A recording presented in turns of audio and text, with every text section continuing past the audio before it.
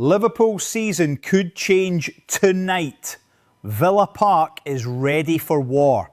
Pundits are backing Aston Villa, transfer rumours are exploding, and Arne Slot has finally spoken about Harvey Elliott's future. From Anthony Gordon drama to Isak links and Endo's World Cup boost, this is a huge Liverpool update you cannot miss. So smash that like button, follow and subscribe to Anfield Signal, and let's get straight into it. Alan Shearer and Paul Merson on same page over worrying Aston Villa versus Liverpool prediction. Aston Villa hosts Liverpool at Villa Park in the penultimate weekend of fixtures, with top pundits in agreement over the outcome as both sides aim for a top 5 finish. Liverpool could seal qualification for next season's Champions League this evening when the Reds face Aston Villa in its penultimate Premier League fixture of the campaign. Both sides head into the clash level on points and in strong contention for a top 5 finish, with Villa also still able to secure European qualification via the Europa League should it beat Freiburg in Wednesday's final. Victory for either team would guarantee a place in Europe's elite competition, while any dropped points could leave qualification hanging until the final day, which is an outcome Arne Slot and his squad will be keen to avoid. Liverpool could also be missing 9 players for the trip to Villa Park. In the build-up to the match, 2 of the country's leading pundits have shared their thoughts. Here, Liverpool.com gathers those predictions. Alan Shearer, Villa win. Shearer has raised concerns over Liverpool's defensive form, with some suggesting they remain vulnerable at the back heading into key fixtures. He also described the next few weeks as pivotal for Unai Emery's side in its bid for European success. It's a tough couple of weeks, but it could be a brilliant couple of weeks for Villa if they go on and win the Europa League final and get into the Champions League, said Shearer. And again, Liverpool are defensively really poor still. I'm going to go for a home win with it being at Villa Park. It's always a great atmosphere. Paul Merson, 2-1 Villa. Merson believes this is a huge match in the context of Champions League qualification, with both sides knowing the stakes are extremely high. Backing Villa in his Sportskeeda column, the former Arsenal man said, "This is a massive football match. In terms of Champions League qualification, it doesn't get any better than this game." I do think this is a very winnable game for Aston Villa. It's a bit of a catch-22 situation for Unai Emery's team. They have the Europa League final coming up on Wednesday. Should they rest some players for the final? What if they lose to Liverpool after playing a weakened team and then face another defeat in the final? Then Villa are at serious risk of missing out on Champions League football, despite having 2 routes to get there. I don't think Liverpool have been playing well, so I'm backing Villa to get the win here, especially since they are at home. Liverpool's Alexander Isak fix among today's 5 major transfer rumours. There is never a dull moment in the world of transfer rumours, and it looks set to be a busy summer for the Premier League's big boys. Here's the latest from the transfer market. With the Premier League season drawing to a close and the World Cup on the horizon, soccer supporters are set to be treated to a flurry of transfer news and speculation. The summer window is just weeks away from swinging open, and it promises to be a hectic one. All of the Premier League's heavyweights will be eager to secure deals and potentially swiftly to sidestep paying the so-called World Cup tax on players who dazzle in North America come June and July. The likes of Manchester United, Liverpool, Arsenal and Chelsea will all be active over the coming months, with billions expected to be splashed across Europe. Liverpool.com brings you a roundup of the latest transfer news and rumours. Barca to poach Pedro? João Pedro has barely had time to settle in at Chelsea, but according to reports from his homeland, Barcelona views him as a long-term successor to Robert Lewandowski, who appears to be heading to Saudi Arabia. Globo Esporte reports that Barca sporting director Deco has intensified his pursuit of Pedro. Chelsea, for its part, is said to have no desire to sell. Atletico Madrid's Julian Alvarez, who is being mooted for a return to the Premier League, is also reportedly on Barca's radar. Bargain fee emerges. Manchester United's close ties with the Atalanta supermarket could prove instrumental in securing a cut-price deal for midfielder Ederson. The New Balance Arena has been a frequent destination for United scouts in recent years. Amad Diallo and Rasmus Højlund have both moved from the Serie A outfit, giving them a 50% success rate. though the latter appears set to remain at loan club Napoli. Having been quoted 9-figure sums for players on their midfield long list, such as Elliott Anderson, the highly regarded Ederson, 26, could be snapped up for the bargain price of £43 million, $57.4 million, according to reports in Italy. Gunners want hammer. West Ham midfielder Mateus Fernandes appears destined to depart the Hammers this summer, regardless of the outcome of the club's relegation battle. Manchester United and PSG have both been linked with the Portuguese star, but Arsenal are also in contention to secure the 21-year-old, according to The Times. Arrivals at the Emirates Stadium are expected to be balanced by departures, with out-of-favour midfielder Christian Norgard likely to be shown the door.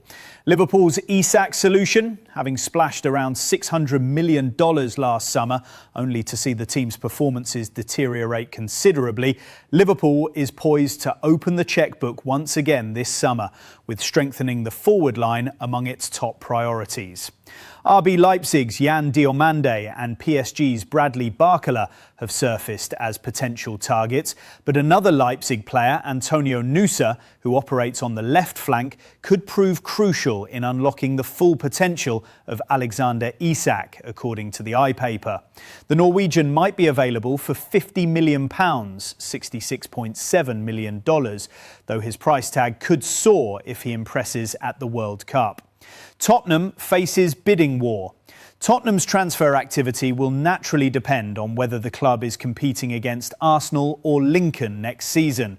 With Christian Romero and Mickey van der Ven potentially departing regardless, defensive reinforcements will be necessary. Sassuolo centre-back Tarik Muharemovic, 23, has emerged as a target, with his club apparently keen to spark a bidding war for the Bosnian, who is also attracting interest from Juventus and Inter Milan, according to Sky Italia. Harvey Elliott handed damning transfer verdict as Arne Slot confirms decision. Harvey Elliott has been dealt a tough assessment of his season-long loan at Aston Villa, with Arne Slot confirming that the midfielder will return to Merseyside in the summer. Former Premier League striker Gabby Agbonlahor has called Harvey Elliott's season-long loan at Aston Villa a disaster. Elliott's spell at the West Midlands club has fallen well short of expectations, with the move failing to deliver the increased game time initially anticipated. While Villa has performed strongly overall, Elliott has struggled to break into the side under Unai Emery and has quickly slipped out of favour. As a result, the midfielder has made just 9 appearances, totalling only 284 minutes of first-team action this season, leaving his development stalled in an uncertain position. It comes as the Villa manager apologises to Elliott over the embarrassing situation. With the season not going how anybody planned for Elliott, particularly with the World Cup approaching, Agbonlahor says he has nothing but sympathy for the 23-year-old. "The poor kid, mate," said Agbonlahor on TalkSport. 23 years of age, I've gone to an Aston Villa side, European football, exciting manager. He's thinking, this is my season to get on that plane for the World Cup. It's been a disaster. I feel for Harvey Elliott, the player. Football clubs are the worst. When they don't want someone, I've seen it at Aston Villa myself. When they don't want anybody, they will make your life hell. Don't care about your mental health.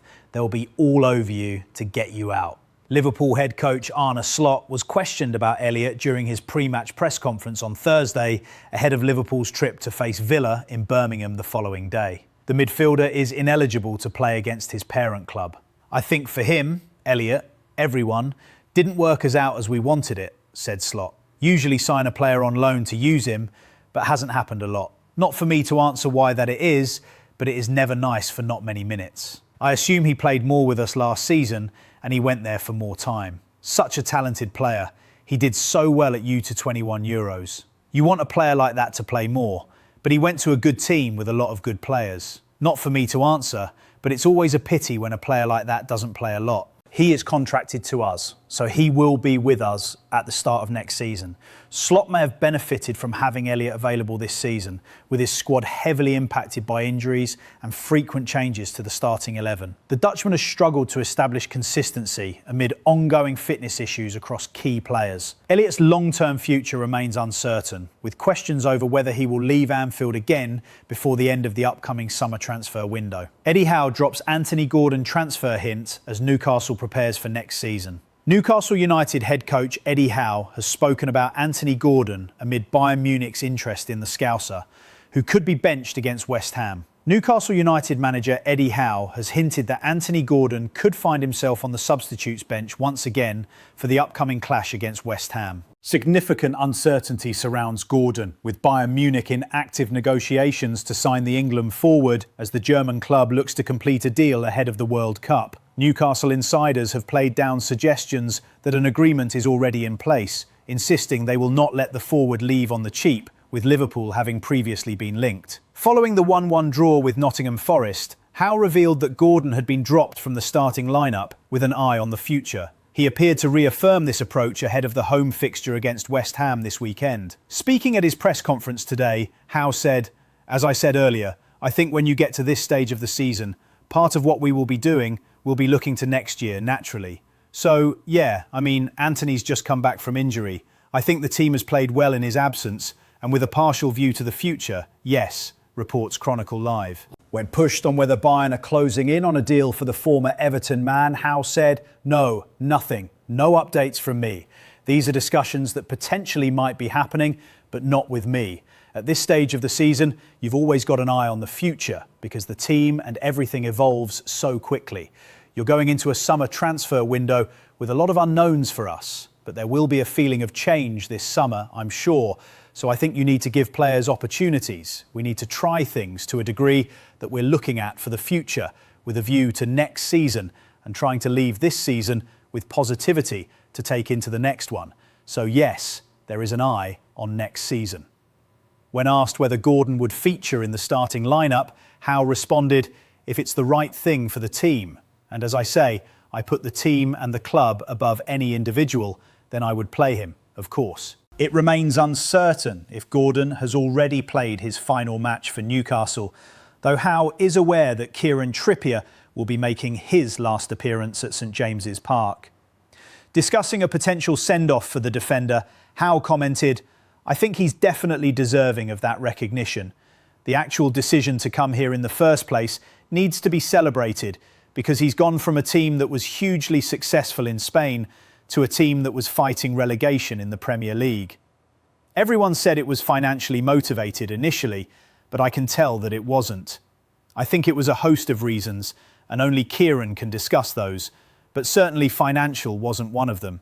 It was the challenge of returning to the Premier League. Hopefully, Jason and I played a part in that with our relationship, and wanting to take that fight on in his career position was probably a big risk, but he took it on, and I'm so pleased for him that it was rewarded because there was no guarantee that that was going to be the case. Wataru Endo gets World Cup lifeline after surgery and Liverpool injury absence. Wataru Endo has been handed a major World Cup boost after returning from surgery, with the Liverpool midfielder facing a race against time to return to full fitness. Wataru Endo has been named in Japan's World Cup squad as he edges closer to full fitness following surgery in February. The midfielder has been out since suffering a left ankle injury against Sunderland on February 11, limiting him to just 12 appearances, 1 assist and 455 minutes this season. It marked his second injury setback of the campaign after finally making his first start of the season in February. With the World Cup fast approaching, his inclusion in Japan's squad suggests the national team still believe their captain will be fit enough to play a key role this summer. Meanwhile, Trent Alexander-Arnold, agreement reached as ex-Liverpool star already outlined return plan. Japan will begin its World Cup campaign in Group F against Netherlands on 14th of June, followed by fixtures with Tunisia on the 21st of June and Sweden 5 days later. Arne Slot stated on April 24th that the 33-year-old had begun working outdoors with the rehab group, with Liverpool hopeful of a return before the end of the season. Wataru is starting to do exercises outside with the rehab team, said Slot ahead on the Manchester United game. He is making steps, but he will not be available for United or the game after, but we are hopeful he will play again this season. There was no update on Endo's recovery in Slot's pre-match press conference for the game against Aston Villa, which means it is unlikely that the Japanese international will be available. Endo will be hoping to return to the squad for the last game of the season to gain some minutes before shifting his focus to tournament football. His inclusion in Japan's squad is positive news for Endo and suggests he could still return to action before the end of the season, with a late comeback now a realistic possibility. Last month, Endo said that he was moved to tears by the backing he received from Liverpool's travelling supporters as he was being stretchered off at the Stadium of Light. I still remember that the cross came into the box and I just tried to clear it outside of the goal. I think I put my whole weight on my left foot and then it got injured. It was painful, of course, said the Reds midfielder told Kodansha's Red Machine podcast series. I was thinking that I couldn't play anymore. I got up because Robbo, Andy Robertson, told me we have to defend this corner. So if you can just try to do it, and then after we defend the corner, you go down again. I just tried to stand up, but it was so painful. I just wanted to help the team, even if I got injured. It was painful. The doctor asked me if I could stand up and walk off the pitch, but I said no, and I was crying a little bit. I was not crying because it was painful, it was because our fans were singing my song, and that means a lot to me. I think it felt less painful because of that, and I really appreciate it because I haven't played a lot of games this season, but I always try to help the team. Even if I just play 5 minutes or 10 minutes, it doesn't matter. But in that moment, I could feel that our fans were still trying to support me, and that meant a lot. Also, I've got a lot of comments on social media after the injury. I really appreciate it. They take care of me. It helped me a lot to keep me motivated. Forget Diomande, Liverpool considering move for another Bundesliga forward. Liverpool transfer news. 21-year-old Bundesliga forward on Reds' radar. Just 2 games remain of Liverpool's disastrous title defence, and attention is already starting to turn onto the summer transfer window. With players like Mohamed Salah and Andy Robertson already confirming their plans to leave at the end of the season, Liverpool have a big task on their hands this summer. That's without mentioning the potential exits of Alisson Becker, Joe Gomez, Alexis McAllister, Curtis Jones and Federico Chiesa. All of those names have been heavily linked with a move away from Anfield. However, there's also no shortage on names being linked with a move to Anfield. Who could arrive? RB Leipzig's Yann Diomande and PSG's Bradley Barcola have been 2 names on Liverpool's radar, according to recent reports. However, Mark Douglas of iNews has confirmed Liverpool's interest in another forward that hasn't been spoke about too much. They, Liverpool, are prepared to commit up to £75 million to sign RB Leipzig's Yann Diomande, with Bradley Barcola of Paris Saint-Germain another possible target, said Douglas. Antonio Nusa, who primarily plays on the left, is another on Liverpool's radar. The 21-year-old has been on the radar of many top European clubs since his breakthrough at Club Brugge. Although clearly talented, his numbers are yet to reach the level of a forward ready to operate in Liverpool's front line. Diomande or Nusa? Since his move to RB Leipzig, he has managed just 10 goals and 11 assists in 62 appearances for the German side. His teammate, Yann Diomande, has managed 13 goals and 9 assists in his first season since his £18 million move from Leganés. Diomande is also 2 years younger than Nusa, whilst already showing better output. On one hand, that's damning on Nusa, but you could also argue that the Ivorian is less proven. To spend £75 million on Diomande after 1 breakthrough season would be a huge gamble, and perhaps Nusa could offer a more cost-effective alternative. If you enjoyed this Liverpool update, make sure to like the video, follow and subscribe to Anfield Signal, and turn on notifications so you never miss breaking Liverpool news, transfer updates and match reactions. Let me know your prediction for Aston Villa versus Liverpool in the comments below. And until next time, up the Reds.